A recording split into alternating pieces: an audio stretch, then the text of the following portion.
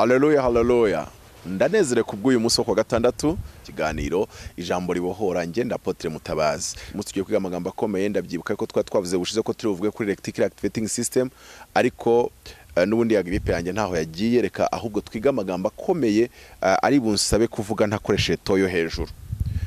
Toyo hejuru ntago ndi buyikoreshe, turakoresha noneho uburyo bwo kwiga nk'uri mu ishuri, kwiga nk'uri kuri university. Minota yacu 25 tugiye kwiga ku cyo twita Christian budgeting.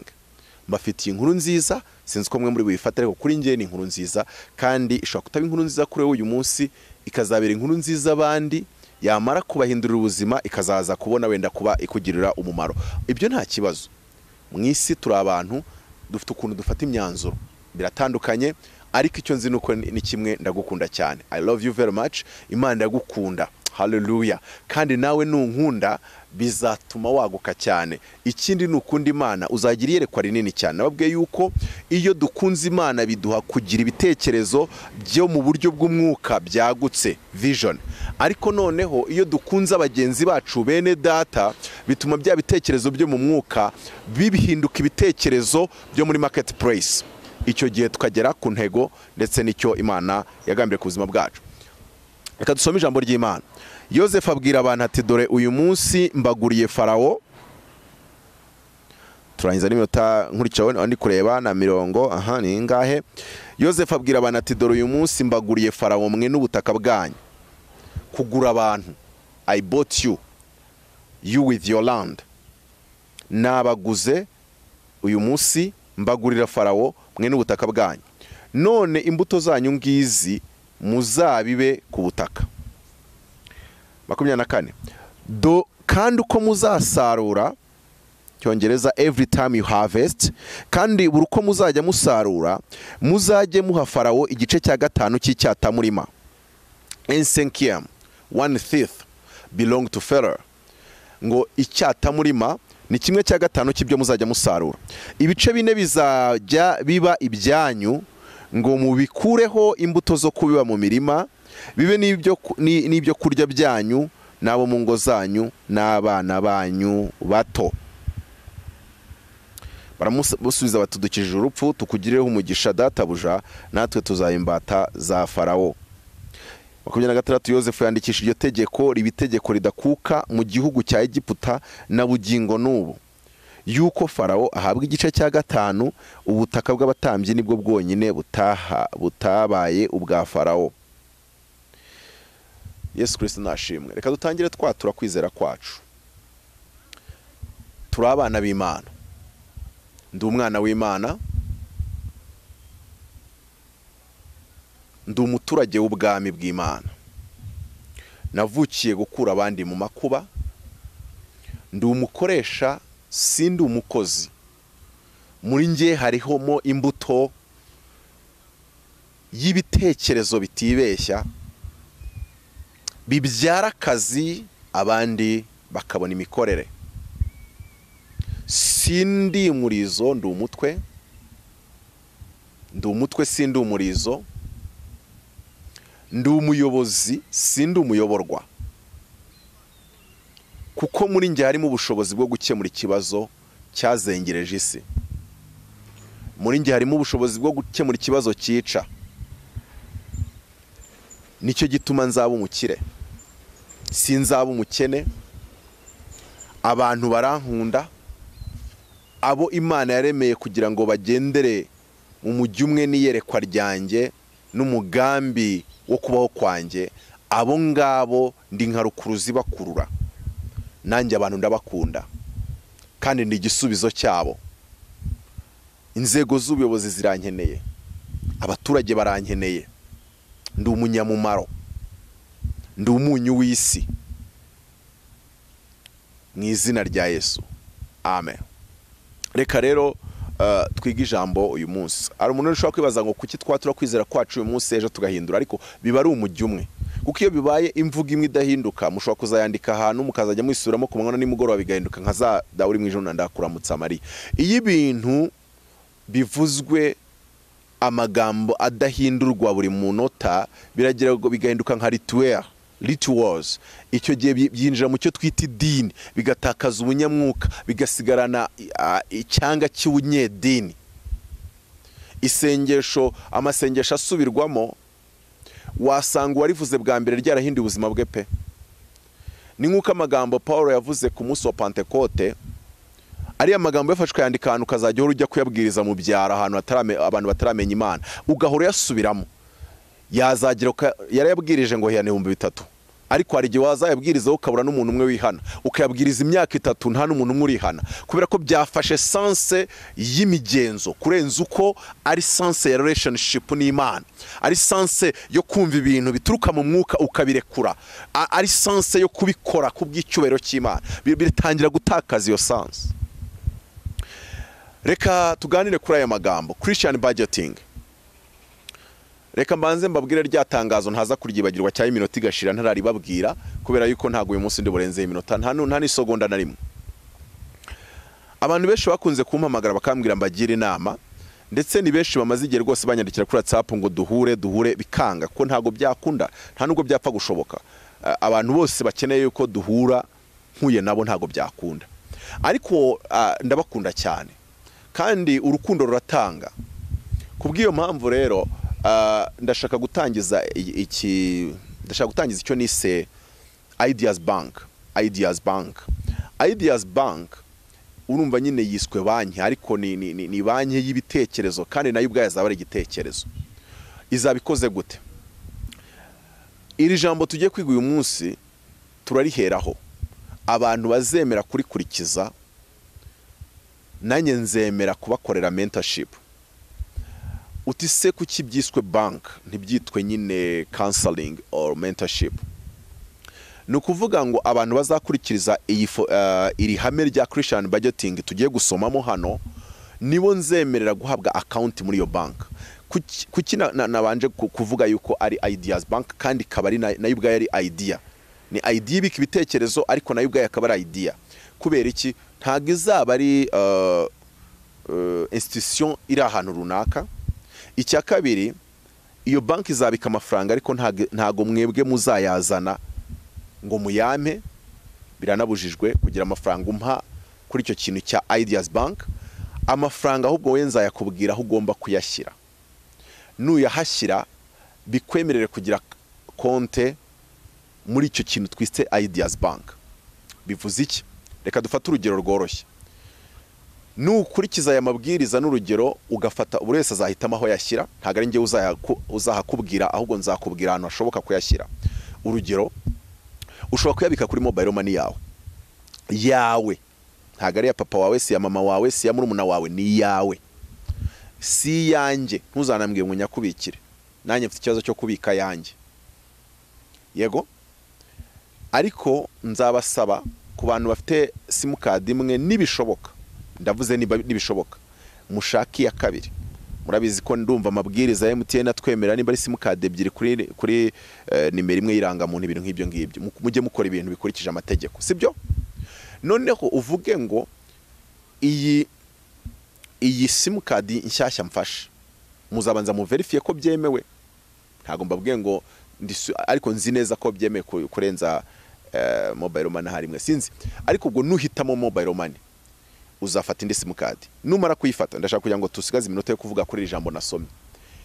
Uzajya ubona amafaranga wenda 100,000, nkubwire pourcentage uzajya ufata ugashyira kuri iyo account yawe. Iyi account yawe kuba zabishobora cyangwa se bazabyemera, tuzajya dukomeza kuganira, dukora ikintu cyitwa accountability. Nuwanga kenshi abantu kuzigama bibagora, kubera yuko azigama 100,000 byamara kuba 100 agahita bikoresha, kandi akabikoresha muri gahunda zitabyara inyungu. Ni ukuvuga ngo ariko iyo ufite undi muntu umwe mu biganiraho, kandi uwo muntu ukaba ugomba kumuha ikimeze nka raporo, ukaba ufite umuntu usa naho uri we accountable kuri we, no kwiyiriza niko bikora. Iyo wapanze kwiriza iminsi 3 utaramenyera ibintu byo kwiriza, turabimenyera, biba byiza iyo hari umuntu ubwiye kuri bukora iminsi 3, uwo muntu agasa naho muyigendanamo, bityo akajya asa naho akurikirana nimba uri kubikurikiza. bigatuma kubera yuko hari umuntu ugomba kuba accountable kuri we, nuko nguko psychology yacu iteye. Iyo hari umuntu ugomba guha raporo biroroha gukurikiza ijambo watanze. Niyo mpamvu wenda nk'iyo abantu ari abasore bananira gutera imbere yagira umudamu agatera imbere. Kubera iki? Umugore bisaba accountability, kubera ko nimba ufite amafaranga, ayo mafaranga ushobora kuyangiza mu gihe utarabwira umugore ko uyafite, ariko iyo wamaze kubwira umudamu ko uyafite anakubaza aho yagiye. Rero iyo reka mbyite satani, iyo satani ashaka kukuyobya kugira ngo amafaranga yawe ujye uhora yapfusha ubusa, yanga yuko hagira umuntu akakubwira ngo jya ubwira abantu ngo ntimukanyinjirire mu buzima. Ariko si ikibazo cyo kwinjira mu buzima, ahubwo ni ikibazo cyo kugira ngo ubu umuntu ufite umuntu wumva yuko hari ibyo wamubwiye wiyemeje, kandi nubirengaho azasa naho abikubaza. Nubwo rero mu kubikubaza atakujyana mu rukiko, ariko umuntu ukuntu ateye akunda kugaragara ko ari umuntu urinda ijambo rye, niko ateye, ku buryo nta muntu unezezwa nuko abantu bavuga ngo uhora uhinduka ku ijambo watanze. Ibyo rero biba byiza iyo witeze uwo mutego mutagatifu, ugaha ijambo mugenzi wawe mubanye neza, kugira ngo psychology yawe yumve neza ko itagomba guhindura rya jambo kubera yuko yaba isuzuguritse. Reka mbyite gutyo, umuntu muri kamere yakunda icyubahiro. Niyo mpamvu uzarebe n'urugero, ugiye mu rusengero ukavuga ngo nitanze miliyoni 10 niyo wafite 100 kuri konti, ukazitanga mu mutima wawe ariko ntubivuge, hashobora gucamo iminsi 3 udahise ubikora uwo munsi, ntuzayatange. Ariko uhagurutse ugafata mikoro ukavuga ngo ndumva umutima unyemeje kubikora, nanone birakugora kuba wabihindura, cyane cyane ko kuyagira urayafite. Mbese mu magambo make ubusa naho satani umukubitiye mu gafuka, kugira ngo nashaka kukuzanira ijwi rikubwira ngo uyatanga, rize guhura na rya jwi rikubwira ngo wabivuze abantu bumva, bagufata nk'umuntu uciriritse cyangwa usuzuguritse. Nubwo wenda hari ababikora barangiza ntibazongera kugaruka mu rusengero ahubwo. Dusomye hano rero amagambo, ariko reka nse nusoza icyo gitekerezo ukuntu gikoze. Ni ukuvuga ngo ndaza kubisoza mbivugaho nanone, amafaranga uzajya winjiza uzajya ufite pourcentage ushyira kuri ya konte yawe. Reka tuyite konte block. Ishobora kuba konte block nka konte block, ariko konzi ko kujyana kuri banke 2 na 3 bigora. Wenda urumotari cyangwa uri umuntu winjiza ibihumbi bitarenze 5 ku munsi, kandi wenda pourcentage irakwereka ko wajyana yo 2. Ibyo 2 rero kubijyana kuri banke arigiye byakugora, ariko uzabifata ujye ubishyira ahantu tuzaganiraho. Wenda ushobora no kuzampamagara ukambaza ngewe ko kujya kuri banke byangora, ko nkora aka kazi, ko ndi umunyonzi, ko ndi umumotari nabigenzane. Rero ikintu tuzakora, uzajya ugira igitekerezo cy'icyo wakoresha ya mafaranga wagiye ushyira ku ruhande mu gihe wenda cy'amezi 3, 6 se, umwaka se, nurangiza umuhamagare.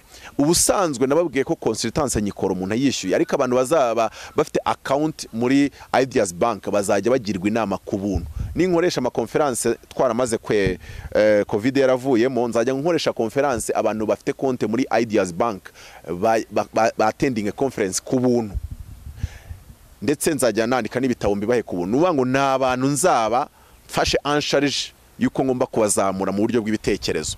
Icyambere kigomba gusobanuka neza, nta mafaranga yawe wemerewe kumpa, nta nayo wemerewe kubika kuri konte yanjye, nta nayo wemerewe kubika kuri mobile money yanjye. Uyabika kuri konte yawe.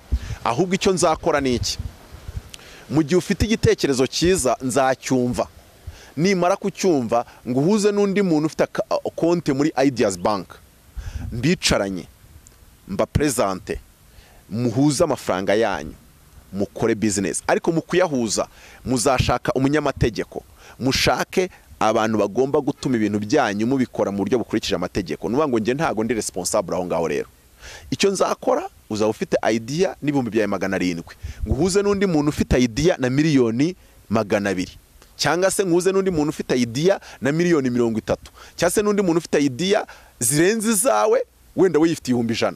Ariko mbere mbabwire nti nkurikije idea ufite kuko hari ibintu abantu investing batajya baha agaciro. Charisma and character, they never value it.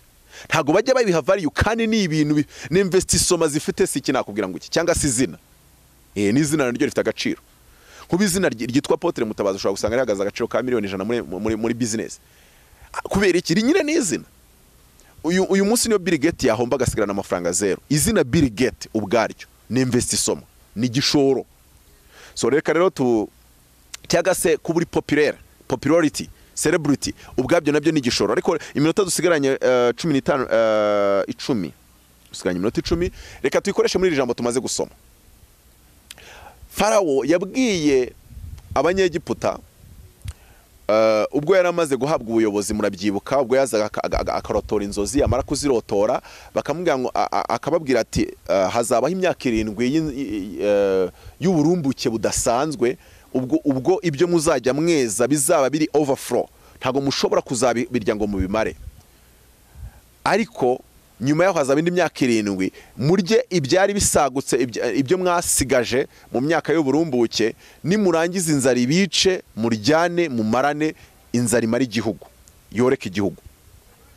Farawo arabyumva, yumva nibyo. Arangije kumva nibyo, aramubaza ngo none se twakora iki? What can we do? Narababwiye ngo abakristo tugomba kugera ku rwego ari leta tubaza ngo what can we do. Abapagani bakaza kutubaza what can we do. Tugomba kuba banke d'investissement cyangwa se ideas bank, nkuko icyo gitekerezo nakibabwiye. Byibuza naho batadushakiraho ibindi, bakadushakiraho deliverance, kwirukana abadayimoni, ariko bakanadushakiraho ibitekerezo. Mu gihe ibitekerezo byabanye bikeya, bakaba bazi ko bagomba kuza ku rusengero, bagomba gushaka pasteur, bagomba gushaka prophet.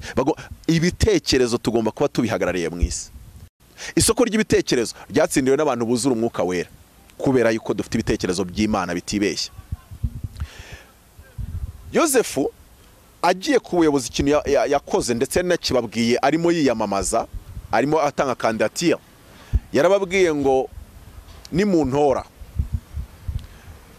nzashyirishaho ibigo byo kuzigama. Arababwira ngo nzashyira, ubundi ibitekerezo bya banke byatangijwe na Yosefu. Banke ya mbere yashyizweho na Yosefu. Guhuza ubutaka bya mbere byakozwe na Yosefu, ndaza kubibasobanurira. Gutuza abantu mu midugudu byatangizwe na Yosefu. Donc real estate companies za mbere zakaba ari z'abakristo.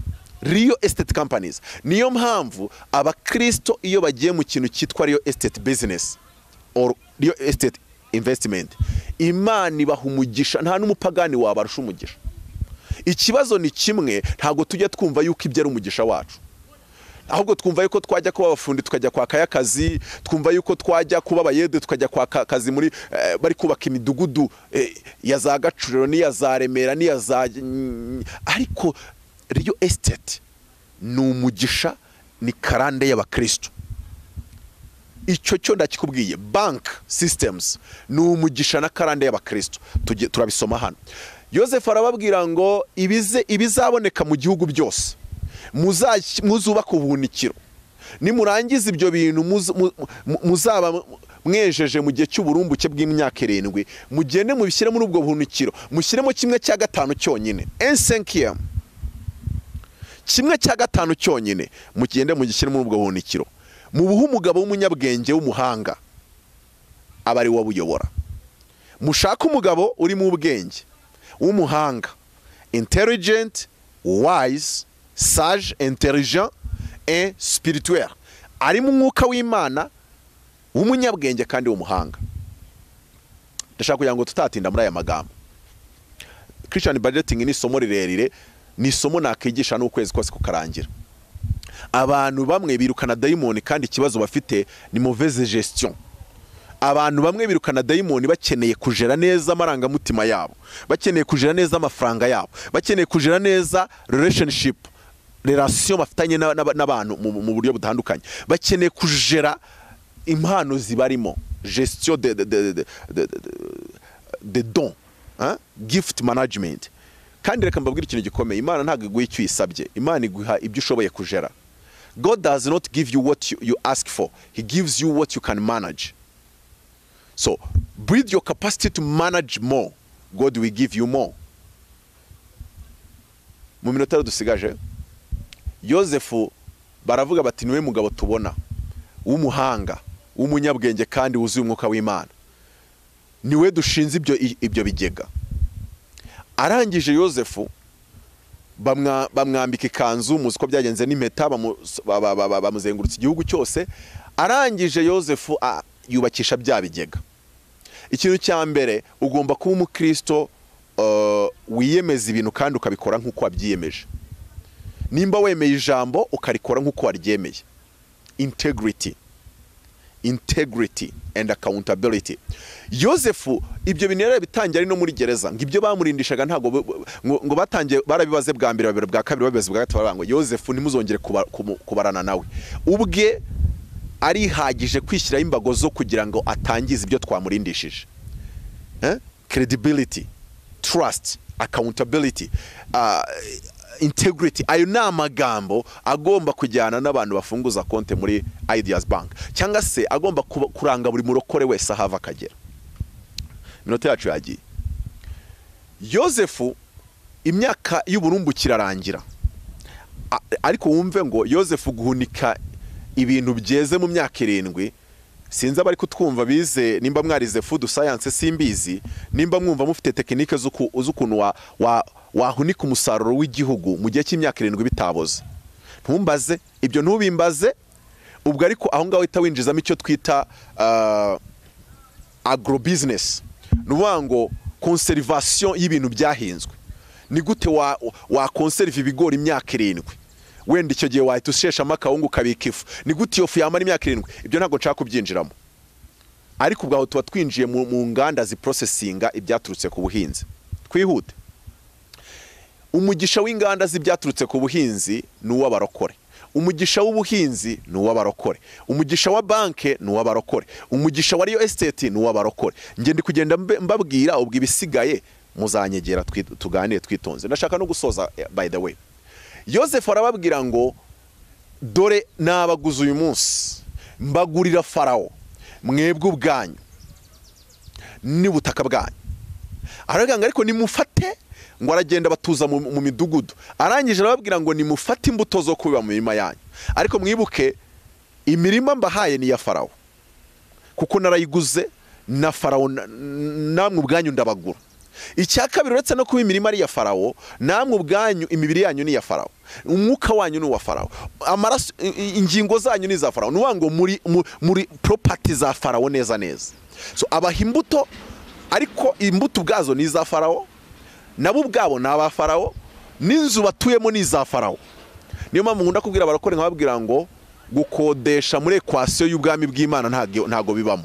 Nubwo tuwo dukodesha, nanjye ndakodesha, ariko muri equation y'ubwami, iyaba tutarigeze dukora amakosa mu bukristo bwacu, muri Christian budgeting, nta murokore n'umwe wakabaye kodesha. Cyangwa se iyaba iri jambo twararisobanuriwe tukaryigishwa neza, nta murokore wakabaye kodesha. Ndetse nanavuga ngo wakabaye uvuka so yarangije gushyira hari inzu. Bibiliya ivanga urugo n'amatungo umuntu abihabwa n'ababyeyi, ngo ariko umugore mwiza umuntu akamuhabwa n'Uwiteka. Nuwango so yakabaye, ubwo ibyo nge nibyo nzakora. Data ntabwo yabinkoreye, simuvebye rwose pe, ni umuntu wihagazeho. Ariko abana banjye ni inshingano yanjye Mutabazi kugira inzu nziza mbatuzamo, habigisha amashuri meza, narangiza buri mwana nkazamuha inzu. Biriya Kadafi mubona yakoze muri Libya, nge nzabikora mu rugo rwanjye. Nta gihugu mfite ngo nkigire Libya, ariko nge nzabigira muri famiye yanjye. Buri mwana agomba gukura akageza imyaka y'ubukure 18, inzu yiri hariye. Akageza imyaka 25, inzu yiri hariye. Ndumva nasoreza aha ngaha. Iyi ngisho tuzayikomeza kwa gatandatu utaha, ko nashatse gukoresha iminota yuzuye. Imana ibaha umugisha. Aya magambo tugomba kuyiga, kandi umuntu wumva ashaka kugira ngo afunguze account muri Ideas Bank nta cyumverisa, uretse gusa yuko twemeranya kuri ku mitekerereze runaka, hakabaho na commitment na accountability kuri abo ngabo. Abantu benshi bagira ibitekerezo bakabipfana bidashyizwe mu bikorwa, ariko nufunguza konte muri Ideas Bank, igitekerezo cyawe kizahuzwa n'abashoramari. Cyangwa se ushobora kuba ufite investissement ukabura ibitekerezo, cyangwa se ukaba ufite ibitekerezo ukeneye umuntu ufite ibindi bitekerezo, mu bwanyu n'ibitekerezo byanyu bikaba ubwabyo ari investissement mu buryo bwabyo. Ibyo byose rero I'm the coach, ndahari kugira ngo nyobore iyo Ideas Bank. Joseph arahari kugira ngo abashe kuyobora ubwo buhunikiro. Dutangije umushinga ku mugaragaro officiellement witwa ubuhunikiro bw'abana b'Imana. Ubuhunikiro cyangwa se ibigega by'abana b'Imana. Ibigega by'abana b'Imana, Ideas Bank. Ideas Bank ni ikigega cy'ibitekerezo n'ubutunzi bw'abana b'Imana kugira ngo babashe kwiteza imbere kandi bagaragaze ishusho y'iby'Imana isezeranya abayizera. Kuno Bibiliya ivuga ngo umuntu yubaka akica bugufi ngorane n'ubukire n'icyubahiro no kurama. Kuri avuga ngo umukiranutsi azagubwa neza, azatungwa n'imirimo y'amaboko ye. Turagira ngo noneho tujye kuri dutere intambwe y'ibikorwa.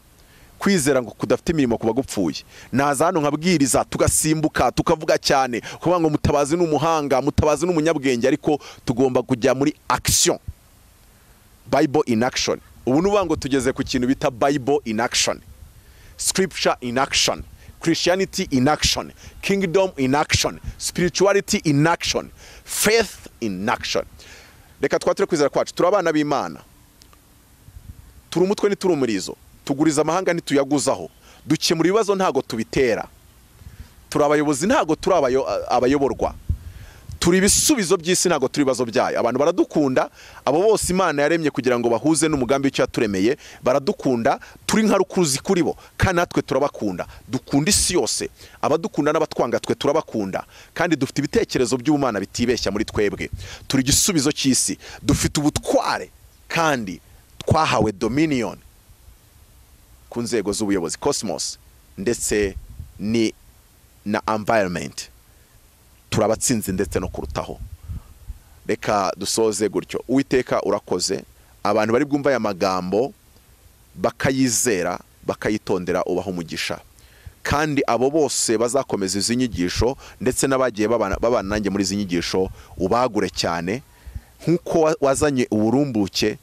Ndatuye mu ijwi ry'ubuhanuzi ngo inka zirindwi zibyibushye, ubwo buhanuzi bw'uburumbuke, prosperity, 7 years of prosperity. Reka abantu bahabwe kwinjira muri icyo gika, bahabwe kwinjira muri iyo dimension, bahabwe kwinjira muri icyo kirere, mu isi y'umwuka, mu izina rya Yesu Kristo urakoze. Amen.